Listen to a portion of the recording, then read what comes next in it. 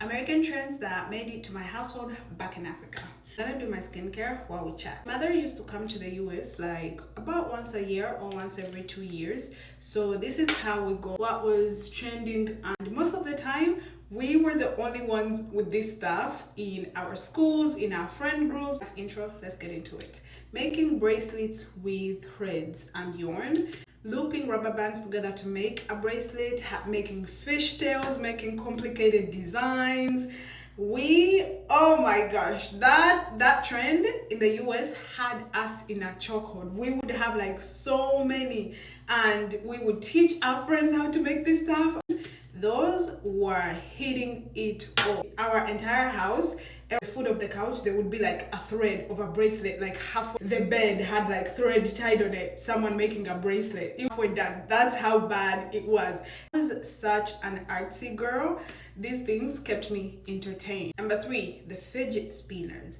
Now, I remember this trend to be a little bit more recent, but fidget spinners were huge, not just in our household, but actually that I remember that going to the grocery store and they had fidget spinners. Everybody at school had fidget spinners. That was more recent. Everybody else caught up. We had already been past that.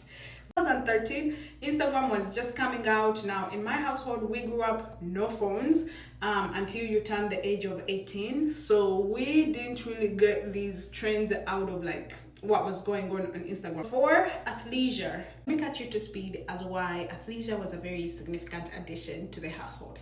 Uganda can be very traditional. It's wishy-washy where it chooses to be traditional, but in some places you cannot wear pants. Tight pants, definitely an awkward situation if you're walking in public. Let my parents catch you wearing booty shorts in the streets. We moved to city and we wore pants, but these specific athleisure capri shorts pants, these were nice. The next big trend that made it over there down to us was the floss. I can't admit it took us a while to get it, but once we got it, we were doing it everywhere.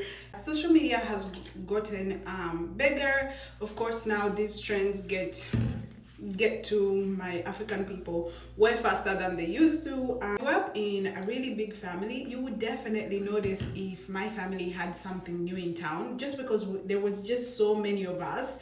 One thing about us, if we had it, just know that our friends were gonna have it as well. Like, we were gonna put our friends on game and make sure that they had the same stuff that we did. Okay, but do we see the skin? The skin is glowing. Okay, that's it. Bye.